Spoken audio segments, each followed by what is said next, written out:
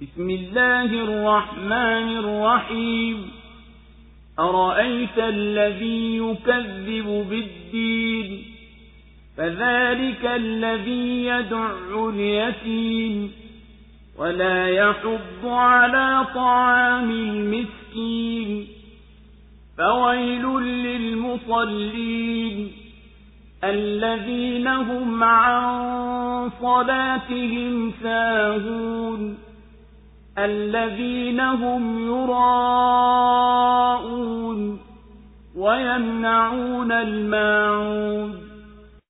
Kwa jina la Mwenyezi Mungu mwingi wa rehema mwenye kurehemu. Je, umemwona anayekadhibisha malipo? Huyo ndiye anayemsukuma yatima wala hahimizi kumlisha maskini. Basi ole wao wanaosali ambao wanapuuza sala zao, ambao wanajionyesha nao huku wanazuia msaada. Allahu akbar,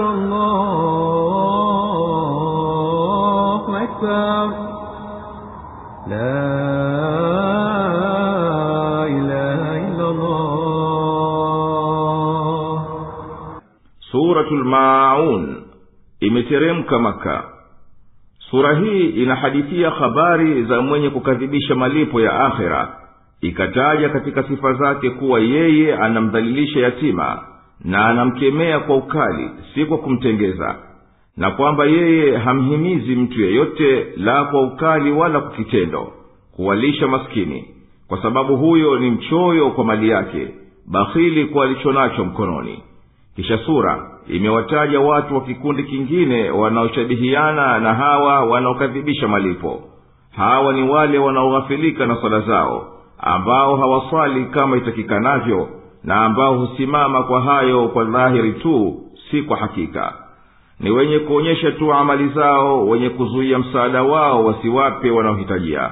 Na sura inawaahidi hao kuwa watapata msiba na maangamio, ili waache waasi wao. Unamjua anayekanusha malipo na hisabu ya akhera? Ukitaka kumjua, basi ni huyo ambaye anemsukuma yatima kwa nguvu, na anamtumilia mabavu, na anamdhulumu, na wala hahimizi kulishwa maskini. Maangamio yatawashukia wanaosali na wakasifika kwa sifa hizi, na wakaghafilika na sala zao wasinafike nazo, ambao huonyesha kwa watu vitendo vyao ili wapate cheo katika nyoyo za hao watu na wasifiwe, na huku wanazuia hisani zao na msaada wao kwa watu.